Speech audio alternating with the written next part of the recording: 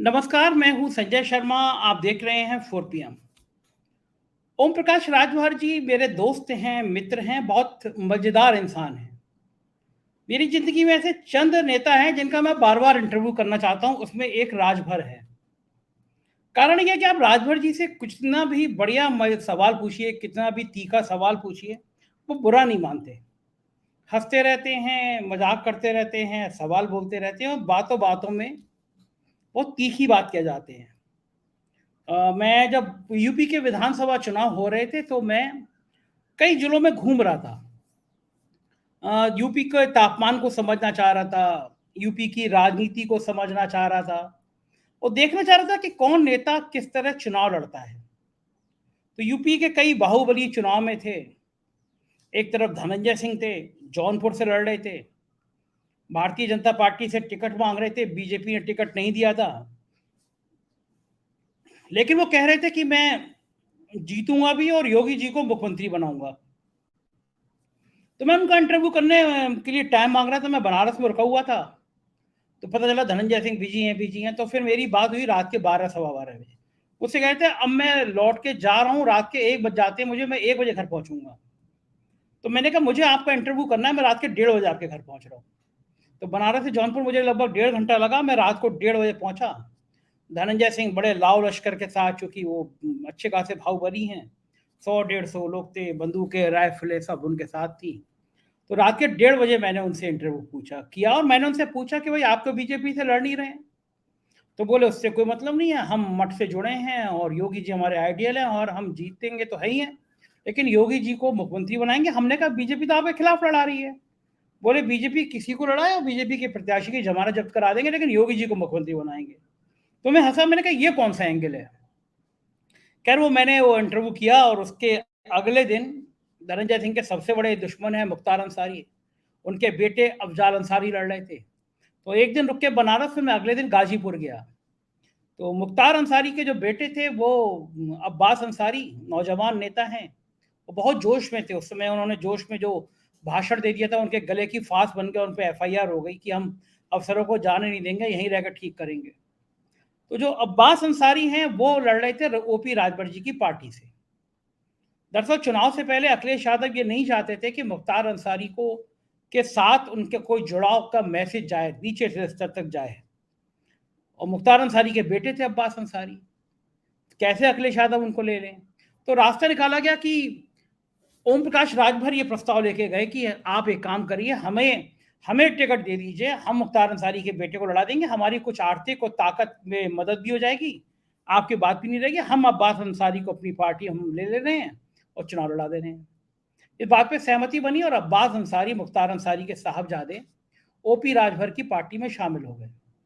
अब भारतीय जनता पार्टी का मुख्तार अंसारी से तो 36 का बैर था, तो खैर वो सब चेकिंग वेकिंग तमाम बातें होती रही। तो ये उस दौर की बात है। मुख्तार अंसारी पे शिकंजा कस रहा था और ओपी राजभर आग बबूला हो रहे थे।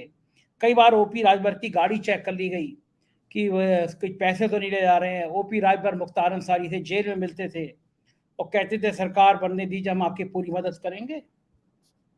तरह तरह की बातें हुई कि मुख्तार अंसारी ओपी राजभर का रिश्ता क्या है। इस बीच में चुनाव हो गए, मनमाफिक नतीजे नहीं आए, सरकार बीजेपी की बन गई। तो वही ओपी राजभर दिल्ली दरबार के दौरा करने लगे, यूपी में 2-3 बार मुख्यमंत्री से मिले, लेकिन जो जो बातें उन्होंने कही थी मुख्यमंत्री को लेकर, वो बातों को याद करके, मुख्यमंत्री भी जिद्दी हैं, योगी आदित्यनाथ बहुत जिद्दी हैं, तो योगी आदित्यनाथ किसी भी कीमत पर राजी नहीं थे कि ओपी राजभर को हम लोग पार्टी में लें, क्योंकि ये उनका सीधा सीधा संदेश था कि मुख्तार अंसारी का लड़का ओपी राजभर की पार्टी से है। तो अब अगर हम ओपी राजभर को अपनी पार्टी में ले लेंगे तो बड़ा खराब संदेश आ जाएगा। लोग कहेंगे कि भाई एक तरफ आप मुख्तार अंसारी का विरोध कर रहे हैं और दूसरी तरफ मुख्तार अंसारी के बेटे जिस पार्टी में, उस पार्टी से आप एनडीए का गठबंधन कर रहे हैं। लेकिन योगी आदित्यनाथ की चली नहीं और फिर ये तस्वीरें सामने आई। पहले एक अमित शाह ने के संग दारा सिंह चौहान थे, दारा सिंह चौहान नजर आए बैठे हुए, और फिर उसके बाद अगले दिन फिर हमने देखा, आज सुबह हम तो ये तस्वीरें सामने आई कि ओपी राजभर जी बड़े शान से अपने बेटे के साथ, अमित शाह के साथ फोटो सेक्शन कराने के बाद एनडीए में विधिवत शामिल हो गए। एनडीए की बैठक है 18 तारीख को, परसों, उसमें वो बैठेंगे अमित शाह जी के साथ और अब उन्होंने बयान दिया कि भाई हम जो हैं एनडीए की बैठक में जाएंगे, प्रधानमंत्री जी ने कहा है कि ओपी राजभर जी को शामिल किया जाए, तो आज ये फोटो हुई। तो ये फोटो एक तरफ मैं राजनीति के अर्थ को समझूंगा। राशिद जहीर मेरे साथ मेरठ से जो जुड़े हैं, बहुत शानदार पत्रकार है, बहुत अच्छा बोलते हैं, अपनी बात बड़े लॉजिक के साथ समझाते हैं। तो आज राशिद जी रहेंगे। सुष्मिता मिश्रा 4 PM की बहुत तेज तर्रार रिपोर्टर हैं, वो भी गई थी उत्तर प्रदेश के दौरा करने के लिए, जब चुनाव चल रहा था कई जिलों में वो भी घूमी। मऊ और गाजीपुर का हिस्सा देखा। तो सुष्मिता से हम समझने की कोशिश करेंगे कि जिस समय मुख्तार अंसारी के बेटे राजभर से पार्टी ने चुनाव लड़ रहे थे, तब क्या कहना था लोगों का। फिलहाल मैं आपको कुछ मजेदार वीडियो दिखाता हूँ।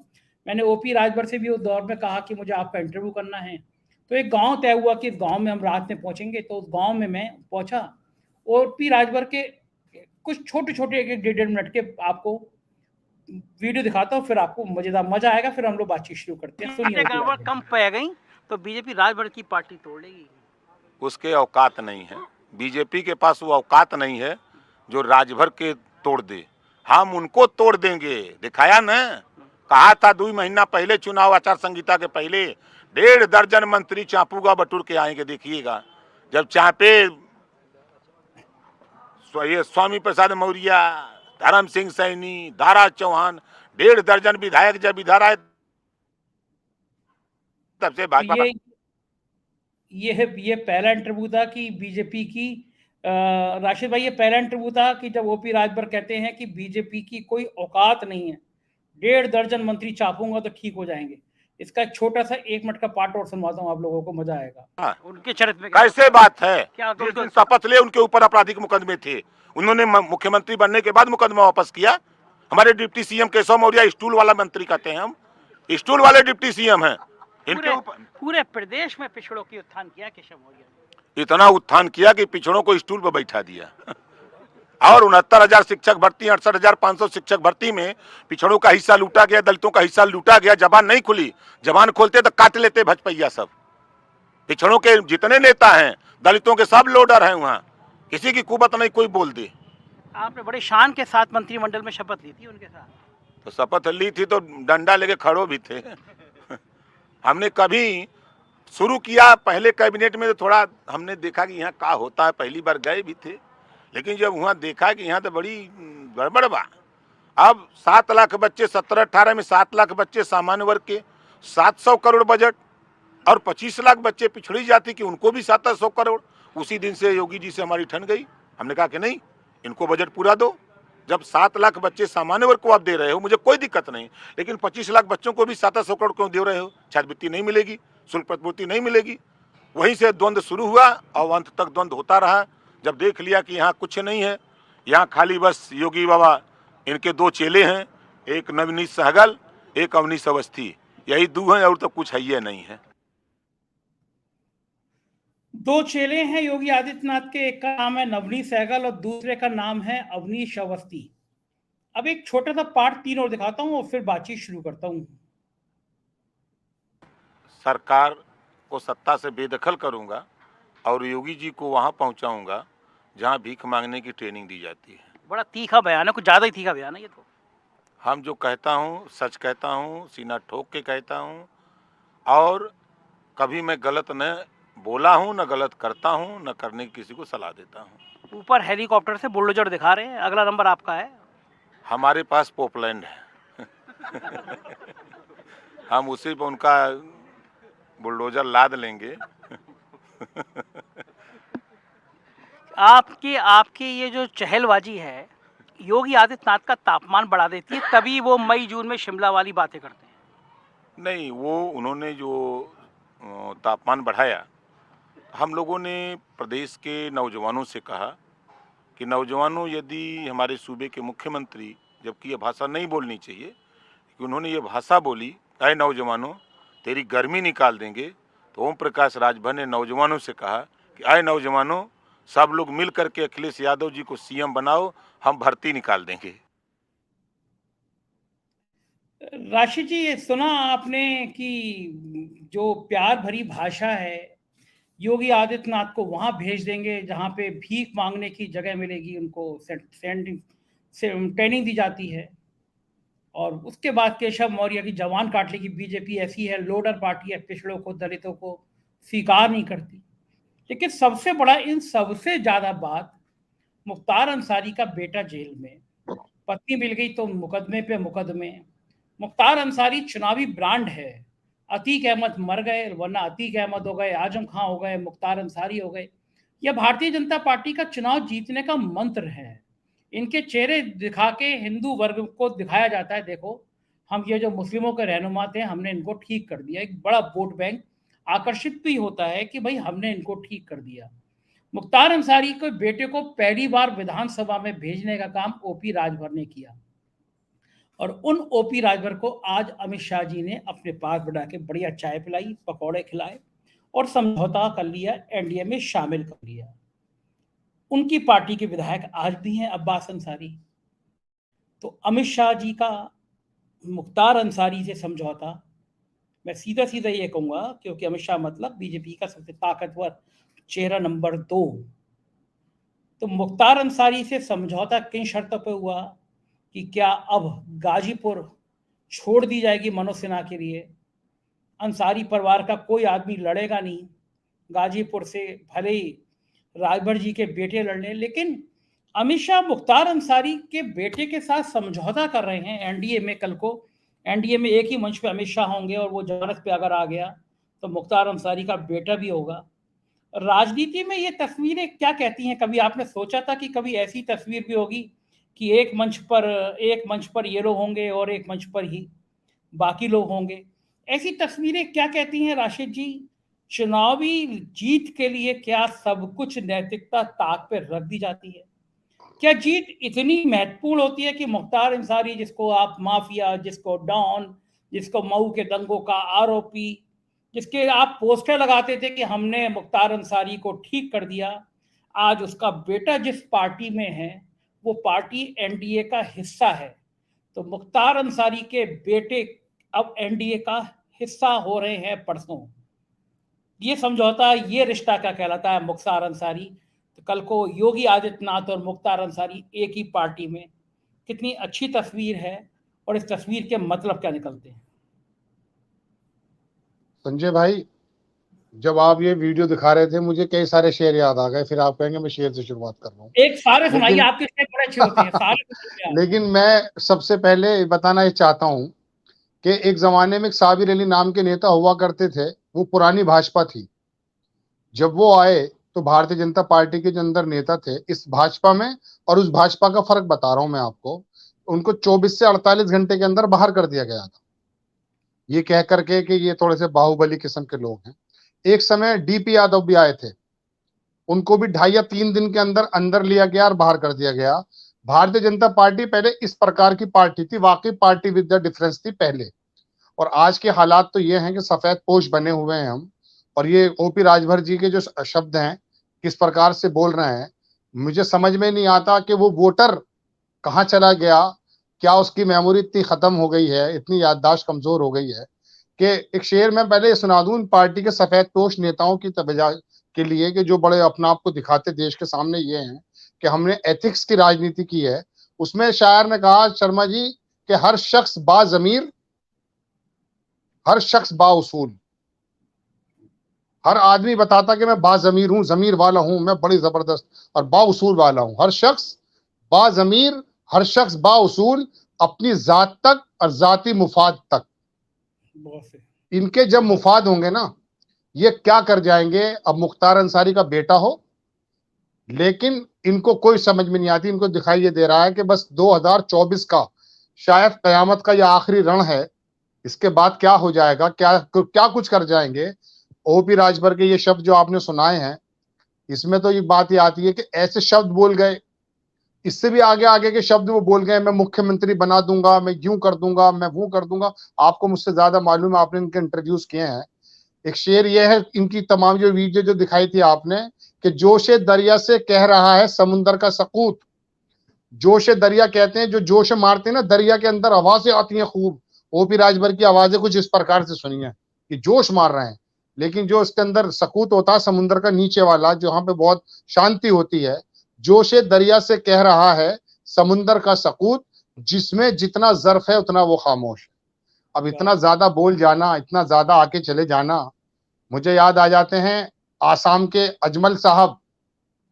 उन्होंने इतनी शानदार एडवाइस की चिराग पासवान को लोकसभा के अंदर, यूं कहा कि भाई आपके जो पिताजी वो मेरे दोस्त थे, आप जब भी यहाँ पर नए हैं, आए हैं, बात कीजिएगा, ये सोच के कीजिएगा कि आने वाले टाइम में हो सकता है मुझे उस कहे पे शर्मिंदगी ना हो, लिहाजा डिप्लोमेटिक बात कीजिएगा। ये उन्होंने मशवरा दिया, और ये मशवरा इसलिए दिया कि वाकई अब देखिए ओपी राजभर जी ने जो आपके सामने कहा, आपके इंटरव्यू में कहा, औकात नहीं, ये नहीं, वो नहीं, ये शब्द किसी, मैं देखिए मैं पिछले कोई नेता हैं जो भी हैं, मैं तो अपनी वार्ता पे बहुत ज्यादा कंट्रोल रखता हूं, लेकिन फिर भी क्या आपको मालूम नहीं था कि एक दिन आपको भी चप्पल उतार करके अमित शाह जी के कमरे में जाना पड़ेगा?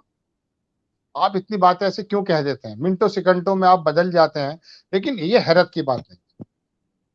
मुझसे ज्यादा आपने देखा, हैरत इसलिए नहीं है सर कि मुझे ये इस बात को मान चुके नेता कि हमारा जो वर्ग है ना, 12 लाख करोड़ रुपए का ऊपर नीचे फ्लैक्चुएशन हो शेयर बाजार में, अडानी का और अंबानी का तमाम मसले हों, हम जब अपना चाबुक चलाएंगे ये उसी तरह से हाँके जाएंगे जिस तरह से बकरियों को, रेवड़ को हाँकने के लिए एक चरवाहा होता है। बेसिकली हम वोटर्स जो हैं, इनकी नजरों में एक ऐसे रेवड़ की तरह हैं, ये चाहे कुछ भी कर दें, वरना ईमानदारी की बात यह है कि ये हो या वो मछली जगत का जो बताते हैं अपने आप को मैं बहुत जबरदस्त नेता हूं और मैं ये हूं, इन्होंने कितनी जल्दी घंटे घंटे भर में जो है पाले बदले हैं, पहले सबने देखा है। अभी दारा सिंह चौहान की भी बात आप करेंगे, बताइए क्या कहा था 2000 अभी जो है जब समाजवादी छोड़कर आए थे, या उससे पहले 2015 में जब बसपा छोड़ करके आए थे, क्या क्या एलिगेशन ने लगाया आपने? आपने कहा कुछ लोगों का विकास कर रहे हैं, बाकी सब आपके सामने, मतलब ये शब्द बोल चुके हैं वो कि मैं आपके सामने बार बार दोहरा नहीं सकता, लेकिन हैरत मुझे इस बात पे नहीं होती।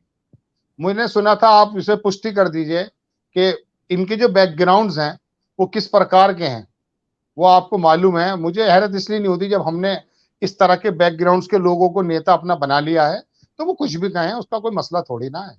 ये तो आम आदमी को सोचने की जरूरत है, आम वोटर्स को सोचने की जरूरत है कि अब मुख्तार अंसारी का बेटा जब आपके साथ अगर मंच शेयर करेगा, जाहिर सी बात है इनके साथ आपको तमाम बाराती जो है कबूल करने पड़ेंगे, आप इनकार तो कर नहीं सकते हैं। लेकिन चूंकि वो पूरा एरिया दारा सिंह चौहान वाला और ये मुख्तार अंसारी वाला, यहाँ पर तो जो इनका नाम अब लिया आपने गाजीपुर साहब वालों का, इतना काम हिस्ट्री में कभी हुआ ही नहीं।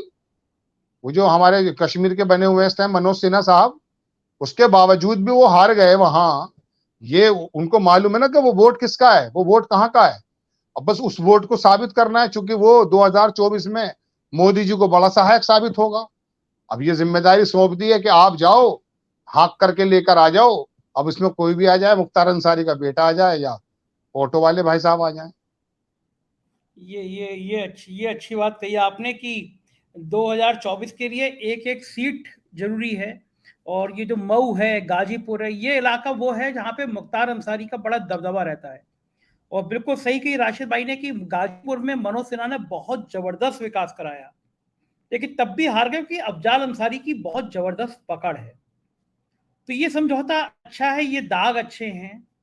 और मेरे को आज अभी थोड़ी देर पहले फोन आया, मेरे राजभर जी के बड़े करीबी मित्र हैं, तो उनसे उन्होंने बताया कि राजभर जी से कहा गया है कि फिलहाल बदनामी अगर ज़्यादा हो तो आप अब्बास अंसारी को पार्टी से निकाल दीजिए, क्योंकि पब्लिक में ये संदेशा नहीं जाना चाहिए कि अब्बास अंसारी या मुख्तार अंसारी बीजेपी से जुड़े हैं, हम पीछे से सपोर्ट करते रहेंगे। गाजीपुर से मनोज सिन्हा को लड़ना है, या तो आप लड़िए, लेकिन अब अंसारी परिवार का कोई आदमी इस बार चुनाव ना लड़े, हमें वो सीट चाहिए। यानी लोकसभा की एक एक सीट जीतने के लिए अब अतीक रहे नहीं। अगर अतीक जिंदा होते तो शायद वो भी कहीं किसी पार्टी में, बीजेपी में किसी लोकसभा के, बीजेपी के सहयोग से किसी लोकसभा का चुनाव लड़ रहे होते। लेकिन हो सकता है कि अब मुख्तार अंसारी से डील हो कि जो जेल में परेशानियां हैं, तो जेल में टॉर्चर हैं, वो खत्म हो जाएंगे, मुकदमों में थोड़ी पैरवी कम हो जाएगी। मुख्तार अंसारी के मिलने के, उनकी सुविधाएं देने के नाम पे कभी जेल सुपरडेंट सस्पेंड हो रहा है, कभी जेलर सुपरडेंट सस्पेंड हो रहा है, वो होना बंद हो जाएगा। मुख्तार अंसारी का प्रभुत्व बढ़ जाएगा। लेकिन ये सारी बातें, बड़ा सवाल ये कि योगी आदित्यनाथ कैसे सहन करेंगे। योगी आदित्यनाथ का बुलडोजर, तो वो अपनी सभाओं में कहते हैं कि हमने माफियाओं पे बुलडोजर चला के प्रदेश को मुक्त कर दिया, माफियाओं से मुक्त कर दिया। अब मुख्तार अंसारी का बेटा उस एनडीए का हिस्सा है जो बीजेपी के साथ सहयोगी दल है। यानी मैं शुद्ध अगर शब्दों में कहूं तो योगी आदित्यनाथ और अब्बास अंसारी, योगी आदित्यनाथ और मुख्तार अंसारी का बेटा एक ही ऐसी पार्टी में है जो एक दूसरे को सहयोग करते हैं। तो अब वो कौन सी बातें रह गई? सुष्मिता, आपने भी बहुत हिस्सा घूमा था, गाजीपुर गई थी आप, आपने बनारस का हिस्सा देखा था, आप मऊ भी गई थी चुनाव के दौर में। तब ये बात आ रही थी, तब आपने इंटरव्यू भी किए थे कि बीजेपी के नेता आपसे कहते थे कि ये कौन सी नैतिकता की बात होती है कि मुख्तार अंसारी जैसे माफियाओं के बेटे को समाजवादी पार्टी के सहयोग से राजभर लड़ा रहे हैं। तो अब वो जो बातें बीजेपी के नेता कहते थे, अब वो किस मुंह से कहेंगे कि अब तो अब्बास अंसारी उनका हिस्सा रह गया? आपको क्या याद आ रहा है, क्या कहते थे वो लोग और आप क्या कहेंगे? माइक अनम्यूट कर लीजिएगा सुष्मिता जी। सर, बातें याद आने की बात कर रहे हैं तो काफी ज्यादा बातें तो राजभर की भी याद आ रही हैं। जिस तरह से वो गरीब, दलित और वंचितों की बात करते थे और जिस तरह से वो आज तुरंत ही पाला बदल दिया और जिस तरह से आज अमित शाह के बगल में बैठे हुए, तो तरह तरह के ये राजनीति और राजनीति में ये सारी चीजें होती रहती हैं। और जैसा कि दूसरे पार्टी में है तो वो गुनहगार हैं और अपनी पार्टी में है तो वो गुनाहगार खत्म हो जाते हैं, वो गुनाह खत्म हो जाते हैं। तो बीजेपी अक्सर ये करती रहती है, कोई नई बात नहीं है। योगी आदित्यनाथ की बात करें तो उनका यही रहता है कि मुख्तार अंसारी को सबक सिखाएंगे, जैसा कि उन्होंने ऑफिशियली कहा भी है कि सबक सिखाया जाएगा। लेकिन आज जिस तरह से राजभर बीजेपी में एनडीए में शामिल हो गए और जिस तरह से बातें भी चल रही कि मुख्तार अंसारी को भी शामिल कर दिया जाएगा, हालांकि अभी ऐसा है नहीं, कहीं चल नहीं रहा। और ये भी लग रहा है कि राजभर निकालने की भी बात करेंगे कि उनको निकाल दिया जाए, क्योंकि पार्टी की इज्जत का सवाल है। क्योंकि बीजेपी अक्सर वो सेफ जोन में रहना चाहती है, सेफ जोन में रहती भी है।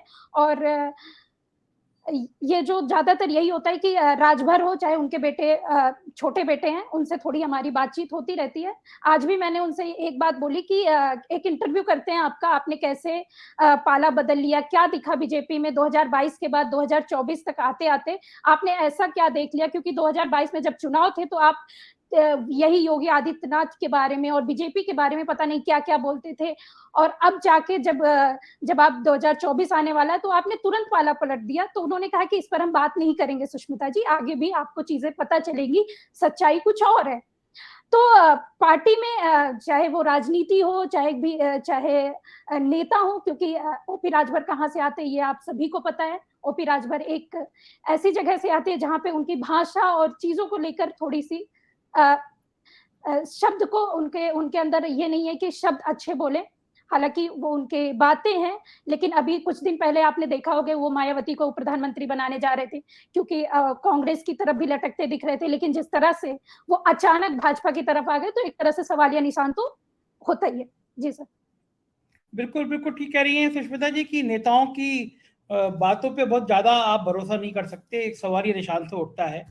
राशिद भाई, मुझे तो ओवैसी साहब की बातें याद आ रही हैं कि शिवपाल जी के घर में लंबी लंबी मीटिंगें होती थी, ओवैसी साहब बैठते थे और फिर ओपी राजभर गले में हाथ डालते थे, एक दूसरे से बहुत प्यार मोहब्बत की बातें करते थे और कहते थे कि प्रदेश में हम लोग इन फिरका परस्त ताकतों को सबक सिखाएंगे। अब ओवैसी साहब आ गए हैं, लेकिन अब पाला बदल गया है, अब लाइन खींच गई है। ये रणनीति भी हो सकती है राशिद जी कि कुछ दिनों में जानबूझकर ओपी राजभर अब्बास अंसारी को निकाल दे पार्टी से, क्योंकि इनडायरेक्ट वे में बीजेपी अपने माथे पे कोई दाग नहीं लेगी। भले पीछे से सपोर्ट करते रहे लेकिन सामने से कहेंगे देखो राजभर हमारे पास में आए तो हमने मुख्तार अंसारी के बेटे को ही निकलवा दिया पार्टी से, हालांकि वो विधायक बना रहेगा, ये निकाल भी देंगे तब भी। मतलब पहली बार विधानसभा में पहुंचा तो वो राजभर के सहयोग से, और राजभर अमित शाह जी के पास में चाय पी रहे हैं, सदस्य बन गए।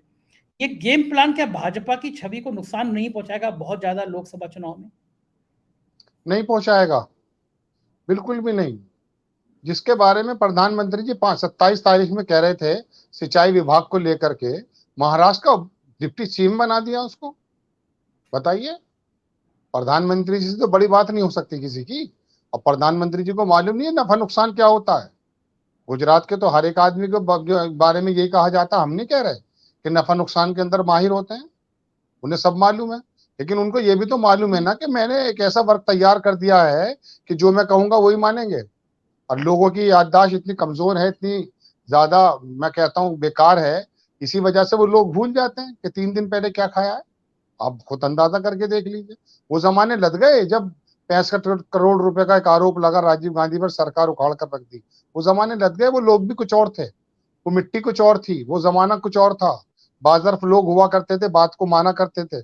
एक आदमी ने अगर एक इलाके में ये कह दिया है कि ये पूरा का पूरा इलाका यहाँ जाएगा, तो आप देखिए चंद्रशेखर का जो पूरा एरिया था, एक जमाना चाहे कोई भी वक्त हो, कोई भी वक्त जमाना हो, उनकी बात मानते थे। आज ऐसा नहीं है। आज तो लोग इस प्रकार के हो चुके हैं कि उनको यही याद नहीं रहता कि बात के मायने क्या है, बात का वजन क्या है। ये एक्चुअल में पार्टी, मैं देखो संजय सर, बात ऐसी है, मैं भारतीय जनता पार्टी को एक पार्टी नहीं मान करके एक मैनेजमेंट मशीन मानता हूं। इनको मालूम है कि कहां पर हमें नमक डालना है, सुई कहां पर है और सुआ कहां पर है। सुई का काम ये सुई से लेते हैं, सुए का काम ये सुए से लेते हैं। अब आपको मैं बताऊं, ये मेरे पे कोई एविडेंस तो है नहीं, लेकिन चूंकि मैं पश्चिमी उत्तर प्रदेश से हूं, आदम खान को बैठा करके मुलायम सिंह के बारे में ये पूरी चर्चा आम है पूरे मुरादाबाद रामपुर में। अमित शाह जी से बाकायदा बात हुई है और आदम खान ने यह कहा कि ठीक है मैं इलेक्शन नहीं लड़ूंगा, रिलीफ दे दी गई थी। और उसके मुलायम सिंह जी के बारे में बताते कि उन्होंने फैसला कराया था, लेकिन उसके बाद वो खान साहबी वाली बात आ गई, वो अड़ गए, वो लड़ पड़े। उसके बाद देखो हालात क्या हुए हैं। अब ये जेल के अंदर इतने परेशान हैं, अगर इनसे ये राजभर जी ये कहेंगे अरे यार तुम पे डंडे बज रहे हैं, तुम अपना घर बैठो, मैं तुम्हें सही करा रहा हूँ, बेफिक्र रहो, तो मरता क्या ना करता सबके। लेकिन ये मानेंगे इस बात को और ये आराम से होगा काम। अब्बास अंसारी, मुख्तार अंसारी अपनी जान को बचा रहे हैं, उन्हें करना पड़ेगा कि ठीक है आप कर लीजिए, बस हमें बैकडोर से आप हमें मदद करा दीजिए, हमें जो थोड़ा सा हमारी जो वो है, अब वो भी वक्त का इंतजार कर रहे हैं। लेकिन मैं योगी आदित्यनाथ जी के बारे में श्योर हूं, जो मेरी आज तक का जो थोड़ा सा आकलन है, मैं पर्सनली उस चीफ मिनिस्टर को पसंद करता हूं। मैं आज आपको ये बता देता हूं, मैं इसलिए पसंद करता हूं कि 5 रुपए की चोरी का कोई आरोप नहीं है, भ्रष्टाचार के खिलाफ जो जबान पे वो दिल में है, और बदमाशी किसी भी प्रकार की थी। ये बात अलग है कौन सा वर्ग आज कर रहा कौन सा नहीं कर रहा है, लेकिन अगर उन्होंने मेरे ही घर की सफाई कर दी है तो मैं तो उनका बहुत ज्यादा मशकूर हूं। अगर मुस्लिम समाज की सफाई भी उन्होंने कर दी है बहुसंख्यक समाज को खुश करने के लिए, तो जाने अनजाने में उनसे बहुत अच्छा काम हो गया। कि यहाँ पर जो मेरे घर की तो सफाई हुई ना, फिर कोई दूसरा आएगा उनके घर की सफाई कर देगा, सफाई तो हुई ना। तो मुझे इसलिए पसंद है। तो मुझे उनकी राजनीति के बारे में थोड़ा सा जो छोटा सा मेरा आकलन है, वो आदमी वाकई मुद्दों की और कमाल की राजनीति करते हैं। ये हाई कमान से कुछ भी हो जाए वो थोड़ा सा एक्सेप्ट करने में अपने आप को वो करेंगे। उन्होंने देखे ए.के. शर्मा जी का क्या हाल किया उन्होंने, वो तो साफ दुनिया को पता था कहां से आए कौन आए हैं, वो डिगे नहीं वो आदमी। और मैं एक बात और कहना चाहता हूं, देखिए प्रोग्राम से थोड़ा अलग है, चेहरे से पता चल जाता है। अभी थोड़े दिनों पहले गोरखपुर में थोड़ा सा उद्घाटन हो रहा था, प्रधानमंत्री जी का जो अंदाज है आपको मालूम है, कैमरा के सामने आना, इस स्टाइल दिखाना, मुझे तो लगता है कि प्रधानमंत्री जी को अगर अपनी 5-7 फिल्में बनवा लें, जैसा कि वो डेरा सच्चा सौदा वाले ने बनवाई थी, तो उनके तमाम जो जौहर है ना अंदर के जो हैं वो सब निकल जाएंगे। तो वो क्या है कि एक बार दिल से निकल जाए तो फिल्म बन गई, इससे बड़ा तो कुछ हो नहीं सकता। उसे पूरी दुनिया में रिलीज करा दें और अपने आप ही उसके अंदर कर लें, तो उनका जो वो कैमरे का प्यार है वो खत्म, मैं समझता हूँ थोड़ा सा कम तो हो ही जाएगा। लेकिन वहां साथ में चल रहे थे योगी आदित्यनाथ जी। संजय जी मैं आपको सही बता रहा हूँ, ये जिक्र मैं अपने दोस्तों में भी कर चुका। वो आदमी, एक निरंकार शब्द सुना आपने, निरंकार, निरंकार वाला शब्द जो था ना उनके चेहरे पर था। उस आदमी के बात करते हुए, उस शख्स की बात करते हुए जब वो बात करते हैं, मैं भी यहाँ पे मेरठ में भी आए हैं, अभी 3 दिन पहले भी यहाँ पर मौजूद थे। वो राजनीति अलग है, उनके एथिक्स से, उनके सिद्धांत से अगर कोई चीज सीधे सीधे टकरा गई तो मैं आपको सच बता रहा हूं वो अपने होने का एहसास भी दिला देंगे, ये भी मुझे उम्मीद है।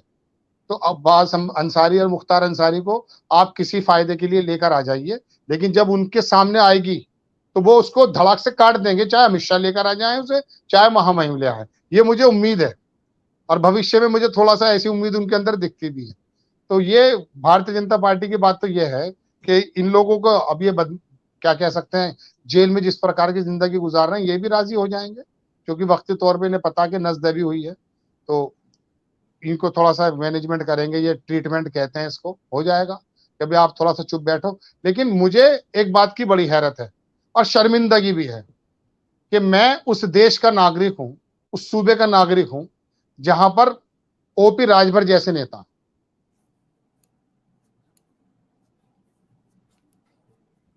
ठीक बहुत ही जबरदस्त बातें कर रहे हैं आज राशिद जी, और कह रहे हैं कि वो योगी आदित्यनाथ सहन नहीं करेंगे। शुक्रिया, आपने अपना कीमती समय दिया सुष्मिता जी और राशिद जी इस बातचीत में शामिल होने के लिए। बहुत बहुत धन्यवाद, आभार आपका। तो ये थे राशिद जी और राशिद जहीर पत्रकार। उन्होंने एक कायदे की बात करी कि योगी आदित्यनाथ स्वीकार नहीं करेंगे कि इस तरह अंसारी बंधुओं को कुछ फायदा पहुंचाया जाए। तब ऐसा कौन सा प्लान होगा कि अंसारी बंधु भी मैनेज हो जाएं, भाजपा पे दाग भी ना लगे, और अंसारी बंधु मैनेज तब होंगे जब उन्हें फायदा पहुंचेगा। तो क्या माना जाए कि घोसी, गाजीपुर, मऊ ये सीटें ऐसी हैं जो बीजेपी को पता था कि वो चुनाव नहीं जीत पाएगी, इसलिए फिर दाग मंजूर हैं, इसलिए फिर मुख्तार अंसारी मंजूर हैं, और इसीलिए फिर ओपी राजभर मंजूर है। राजनीति है, कुर्सी जो ना करा दे। अपनी राय से अवगत कराइएगा, अपना प्यार बनाए रखिएगा। शुक्रिया।